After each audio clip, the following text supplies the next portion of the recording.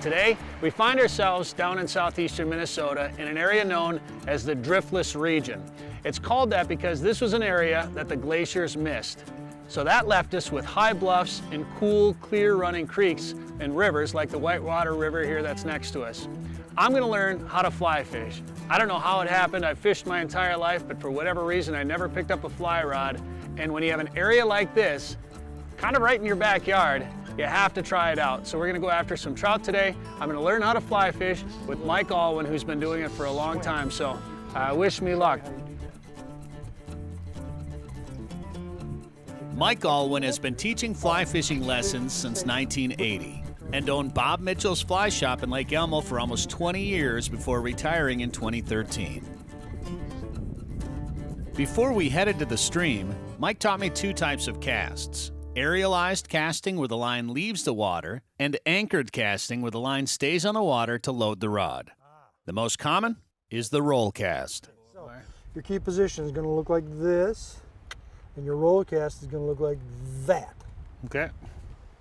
Slowly lift that rod. Key position, nice. Now drop the elbow, make the cast. Good. Good. Try it again. Okay. Now the key here is to get it up here so that line can come back and form that D, right? Yeah, you want that thumb vertical. The D loop has to be behind your shoulder. Okay. Okay? Drop the elbow, make the cast. Good. There's your roll cast. You got that, Brett?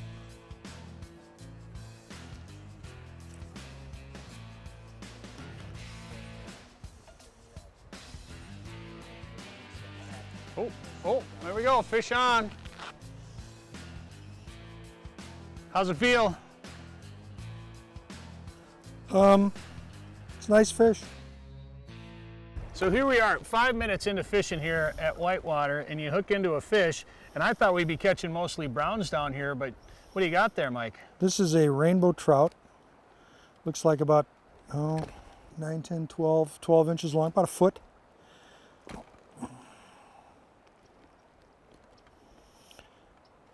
Nice pink stripe, dark stripes on the, dark spots on the top. Beautiful fish. And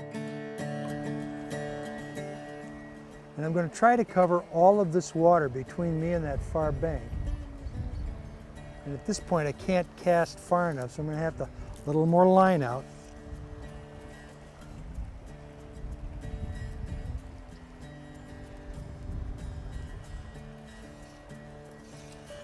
And this is how you shorten it, just like that. Here, you try it. Come out here. Get a natural drift. Nice cast. A little short, but Yeah, I didn't quite go where I wanted it to, but... don't you hate when that happens? Yeah. Okay, now, let go of the line on your rod. That's it. Throw some line into that riffle, but try to stay out of the tree on the far bank. A little bit wider strokes, that's it. Okay, now roll that upstream.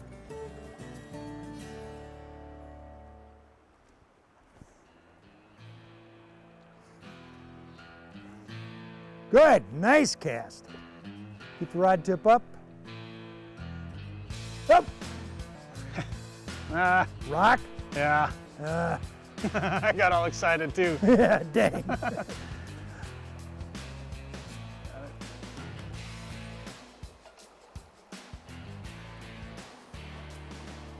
Remember, the rod tip is what directs the fly, or directs the fly line.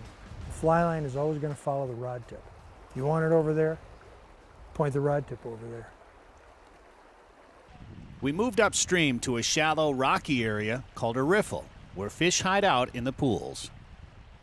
See how the water comes around, like if you go way up to where you can see the water break this way, and then it breaks this way, and then it gets down to this run, and it breaks that way, okay? So most of the food is going to be concentrated from the middle of this creek to that bank. Now, this is where all the food is produced, and these chunks are hiding places. They're Right. called lies, and that's where Fish like to hang out. They'll hang up in that deeper water too. I've heard of a lot of lies when it comes to fishing. Well, yeah. It usually involves the size of the fish. Yes. There is much more to the art of fly fishing than learning to cast. Reading the water and tying on a fly that matches what the fish are eating is fundamental. Most of the people that I know who like to fish really like to fish dry flies. And a dry fly is a fly that's designed to not penetrate the surface. But trout only feed on those mayflies or caddisflies on the surface about 10% of the time. The rest of the time they're underwater making a living munching bugs off the bottom. So we fish on the bottom. Lots of times when these insects emerge, most of them swim to the surface. So we use a wet fly to imitate that. And a wet fly is just a fly that has some motion in it and it's cast downstream and it swings to the surface. When we fly fish, it's a very athletic process, but it's really a limitation that we put on ourselves. If the idea was to catch fish, to go home with a boatload of fish, There's easier ways to do it. whether you're fishing with a worm or a minnow, or whether you're fishing with a stick bait for bass or muskies or something, or whether you're fishing with flies or a Mepps spinner, it's just a different limitation. Ultimately, you're challenging yourself to some extent. Oh yeah, yeah.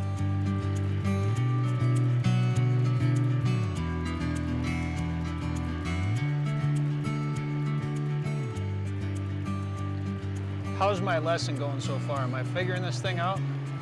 Yeah, you're doing fine. You have confidence that we're gonna see me catch a fish on the show? No, Great. those are two separate questions. Mike was right. I had a fish on the line, but I didn't land it. However, fly fishing isn't something you learn in an afternoon. Those with a passion for the sport never stop learning. I got introduced to this in 1972. I had a friend who was in the Air Force and he was stationed in Great Falls, Montana. And he said, come on out, we'll go fishing in the Rocky Mountains and backpacking and we'll fish for trout. And I grew up fishing, throwing hardware for bass and pike. I had no idea what a trout was. So we went out there and he was the only one with a fly rod. And I watched him cast and I watched him catch fish and I thought, I missed something. There was nobody in those days to learn from. So you had to do it on your own. You watched a few people and you read some books. And after 3 years, I was so demoralized. I took a fly fishing course in West Yellowstone, Montana. And then I started catching some fish and I was just entranced by the whole thing. I was the first person in the Twin Cities to start actively teaching people an organized system. And I kept working at it and getting better and better and better. It's taken me 35 years to get to the point where my casting curriculum is really good. Ask him. The reason you choose to fish with a fly line and a fly is because it's interesting. There are tons of things to learn. The last time I counted, there were 600 species of mayflies in North America. Over 1,200 species of caddisflies in North America. Thousands of species of midges in North America. Well, that's just a ton of stuff. It's interesting to learn. You see what I mean when I said that it was an athletic pursuit? Sure. It's not the same as fishing bait. It's not the same as throwing plastic worms into the lily pads or bulrushes.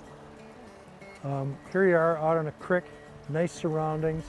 You never know what's around the next bend. You look upstream and you think, geez, I wonder what's up there. It's just cool. It is. The surroundings, I think, are half of it.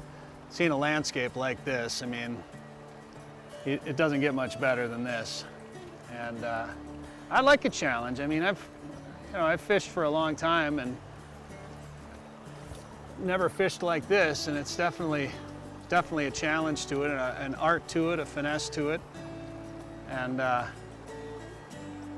that's fun. You know, that fish may not have been very big, but it's fun. This is just beautiful country. Why wouldn't you want to spend your time down here doing this cool thing?